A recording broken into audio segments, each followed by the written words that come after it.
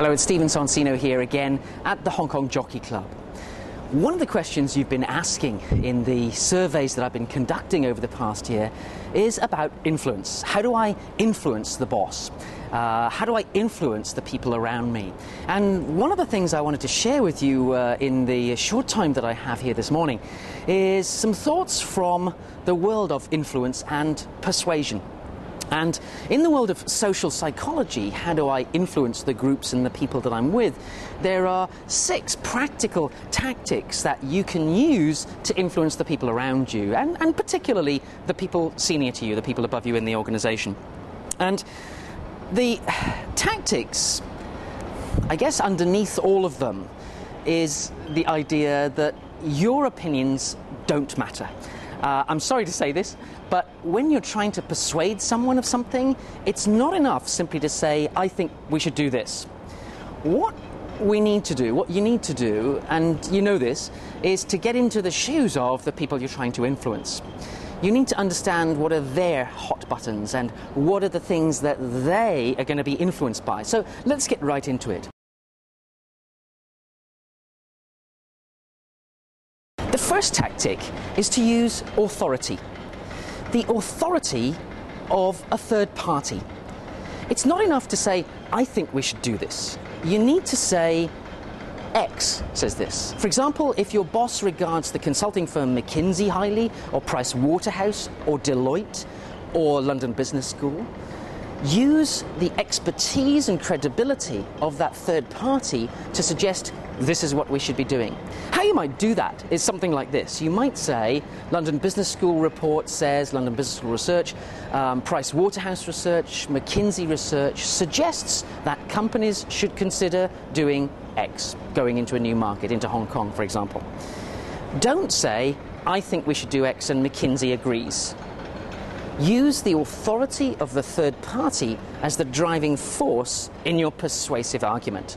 And you can use this in a report, a white paper, a PDF, or also in a presentation. But use the third party as the main driver of your persuasive power. The second tactic is called social proof. When 9 out of 10 owners say their cats prefer a particular kind of cat food, they're using social proof as a tactic. Other people are trying this tactic. We will miss out if we don't.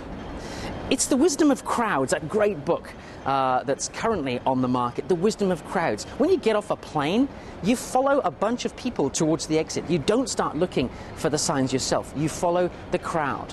So in your presentations, in your reports to the boss, what you can do is say, 47 other companies are doing this. We perhaps ought to consider doing this. What do you think? Always, of course, remember to make it the boss's decision to do this. Social proof is extremely powerful. No one wants to miss out or feel that other companies, other people are benefiting from this. Social proof is a really, really powerful tactic. Scarcity, the idea that there are only 3 left and that we're going to miss out on having one of these fabulous pieces of equipment or whatever it might be. Scarcity can also be associated with time. So we don't have much time to make a decision. That also, a deadline is a form of scarcity. It puts pressure on. So, boss, if we're going to take advantage of X, then we need to do it by such and such a time, and there are only 3 left. It's your decision. We don't like to be put under that kind of time pressure, and the idea that there are only a few of these anyway. The fact that we might get hold of something and be only one of a very few people or companies that have this resource is also very, very attractive. So when you combine social proof, 9 out of 10 owners said their cats preferred it, and there's only 1 left, that scarcity play, as well as the social proof, is a very powerful argument. These are psychological triggers that are inherent in us, and we see them every time on the television, in infomercials, and in the direct mail that comes from Reader's Digest. So I urge you to consider using social proof, other people are trying this, and perhaps combining it with the idea of scarcity.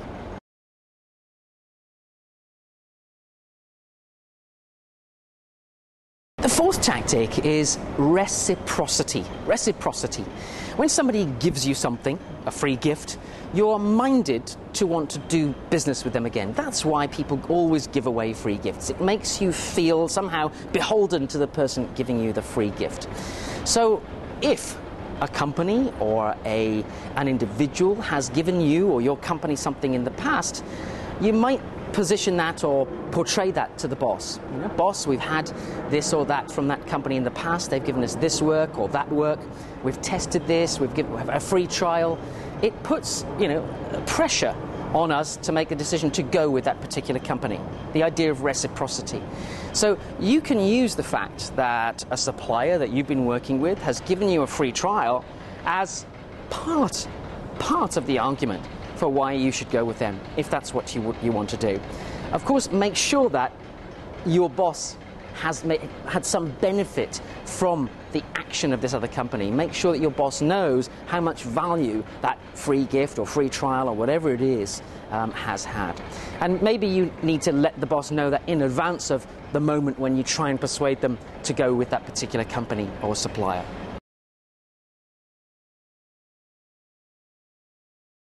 The fifth tactic is consistency. Having said 3 months ago that we were going to go down a particular track, it's important to let the boss know that you don't want to renege on your previous agreement. To suggest 3 months ago we were going to do X, you need to remind the boss, we said 3 months ago we would do X. You can also use this in your personal negotiations. Boss, when I started this particular role, you said after 6 months we'd have a review.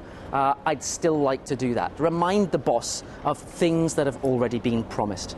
We don't like to break our promises. So a reminder, a tactful reminder about the consistency. We said we would do this. We said we would consider this. Bring it back onto the table as something you want to discuss, something you need to deal with. Again, this trigger is inherent in us. We don't like to say one thing and then do something else. So remind the boss, the person that you're talking to, we said we would do this or consider this, now it's time to consider it or take that action.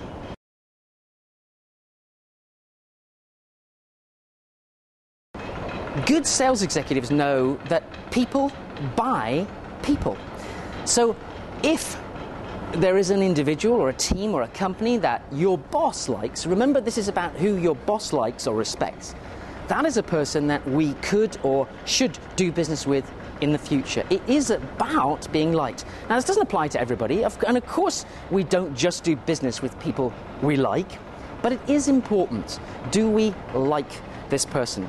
Now, I'm not talking about being fluffy here or how much we personally like someone or their character, but it's the value they bring to us, the value they bring to the relationship. Always remember, this is about your boss's perspective. So think, who does the boss like?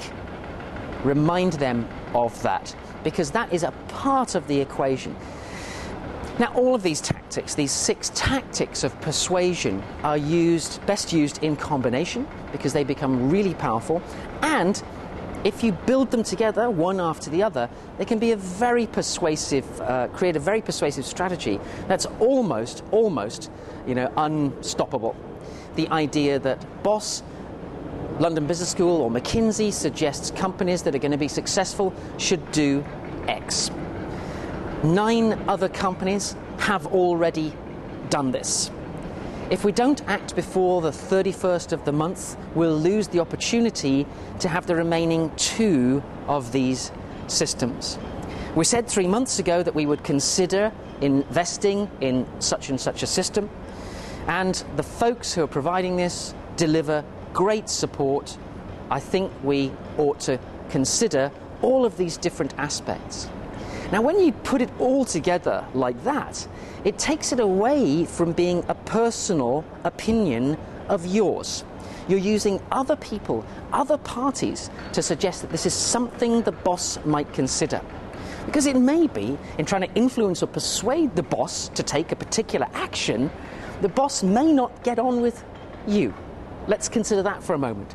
So if you're using other people to suggest we should consider this, that makes it easier for the boss to say yes. Depersonalize what it is you're trying to achieve. Make other people the experts, recommending to your boss a particular form of action. By all means, put elements of this into reports, structure your reports fairly carefully, put them into presentations, but do use these tactics. We're hardwired to respond to these psychological triggers. They will work for you.